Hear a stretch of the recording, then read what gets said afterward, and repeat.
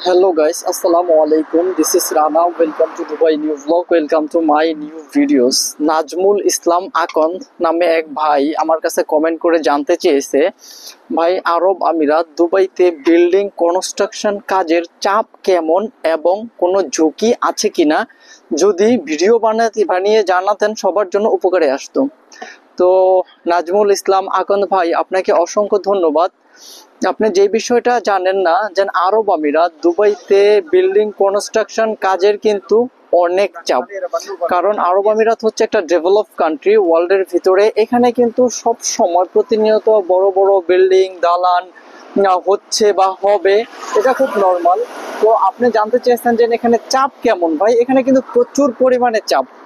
আপনার সেই ভোর 5টা থেকে 6টা থেকে ডিউটি স্টার্ট হয় তাদের, তারপর সেই সন্ধ্যা 6টা 7টা পর্যন্ত 8টা পর্যন্ত তাদের ডিউটি হয়ে থাকে।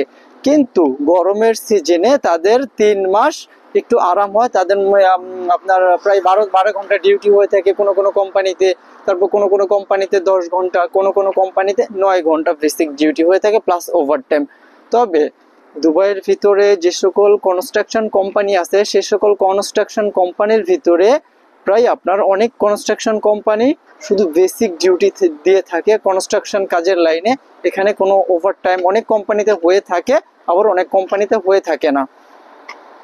তবে যারা মিশনে কাজ করে তারা কিন্তু চাইলে অনেক টাকা ইনকাম করতে পারে। দুবাইতে কনস্ট্রাকশন কাজের অনেক পরিমাণে চাপ আছে, কিন্তু এখানে টাকাও বেশি। কারণ কাজটা অনেক ঝুঁকিপূর্ণ। বড় বড় তাবুক উঠাইতে হবে, তারপর আপনার 25 কেজি সিমেন্টের বস্তা উঠাইতে হবে, তারপর হচ্ছে আপনার এখানে যে সকল কনস্ট্রাকশন কাজের যে সকল যন্ত্রপাতি, সে সকলগুলো আপনার ক্যারি করতে হবে। ঠিক আছে, এখানে কাজের অনেক ঝুঁকিও আছে। আপনার নিজস্ব যেই সেফটি সেটা নিজেরটা নিজেরই দিতে হবে। আমি নিজে কিন্তু কনস্ট্রাকশন লাইনে কাজ করি না, তবে আমরা যখন সাইডে কাজ করি তখন কিন্তু এরকম অনেক কনস্ট্রাকশন ভাইদের কাছে শুনি যে কনস্ট্রাকশন কাজের স্যালারি খুব কম। অনেক কোম্পানিতে তারা বেতন হিসাবে ধরে, আবার যারা হাজিরা হিসাবে কাজ করে তাদের কাজের চাহিদা অনেক ভালো। কারণ হাজিরা হিসাবে কাজ করলে আপনি প্রতিদিন আপনার গায়ে 550 দেরাম, 60 দেরাম, 65 দেরাম। আবার যারা মিস্ত্রি আছে তাদের 95 থেকে 120 দেরাম পর্যন্ত হয়ে থাকে কনস্ট্রাকশন কাজের লাইনের হাজিরা। তো নাজমুল ইসলাম আকান্ত ভাই, আশা করি আপনার কমেন্টের উত্তর পেয়ে গেছেন। এখানে কিন্তু স্যালারি তেমন, হেল্পারদের কাজে কিন্তু তেমন কোনো স্যালারি কোনো জায়গায় হয় না। শুধু দুবাই না, সারা বিশ্বে যেমন সৌদি, মালয়েশিয়া, কাতার, ওমান, বাহরাইন, আপনার দুবাই, এইসব মিডল যে সকল কান্ট্রিগুলোতে হেল্পারদের কাজের চাহিদা খুব কম এবং স্যালারিও খুব কম এবং ডিউটি অনেক লম্বা হয়ে থাকে। যে কোনো একটা কাজ যদি নাজমুল ইসলাম আকান্ত ভাই বাংলাদেশ থেকে শিখে আসেন, সেটা আপনার জন্য এবং আপনার পরিবারের জন্য, সকলের জন্য মঙ্গল হবে। কারণ হাতের কাজ জানা থাকলে সবাই কাজ দিয়ে থাকে, হেল্পারদের কেউ কাজে নিতে চায় না। সো গাইস, সবাই ভালো থাকবেন। নাজমুল ইসলাম আকান্ত ভাইয়ের উছিলায় আপনারা অবশ্য জানতে পারলেন যে